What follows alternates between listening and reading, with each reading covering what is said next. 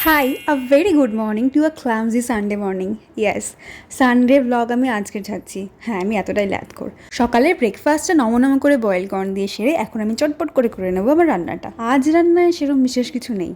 হ্যাঁ, মানে যখন আমার একা রান্না করতে হয় সেরকম বিশেষ কিছু থাকে না, সেটা আলাদা কথা। কিন্তু যাই হোক, আজ আমি রান্না করছি বরবটি আলু ভাজা, আর বাঙালির পাতে যেটা না হলেই নয়, গরম গরম ভাত। আর এই দেখো, এত কথা বলতে বলতে আমার সমস্ত আলুগুলো কাটা কমপ্লিট।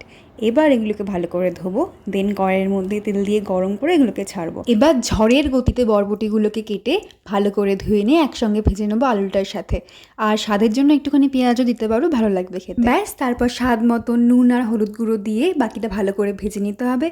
আর রান্না রেডি। ছড়িয়ে ছিটিয়ে রান্না করেছি, আর পরিষ্কার করতে হবে না। নাও, এবার সব থেকে হেক্টিক কাজটাই করি। স্নান সেরে দুপুরের লাঞ্চ করে ওই আর কি একটু ল্যাদ খাচ্ছিলাম, ততক্ষণে আমার মাতাশ্রী আর পিতাশ্রী হাজির। আর সেই জন্যই আজকের মেনুটা বরবটি আলু ভাজা থেকে জাম্প টু চিকেন। আর যা শেষ ভালো তত সব ভালোই। আজকের ব্লগটা এখানেই শেষ করছি। দেখা হবে নতুন কোনো একটা ব্লগে।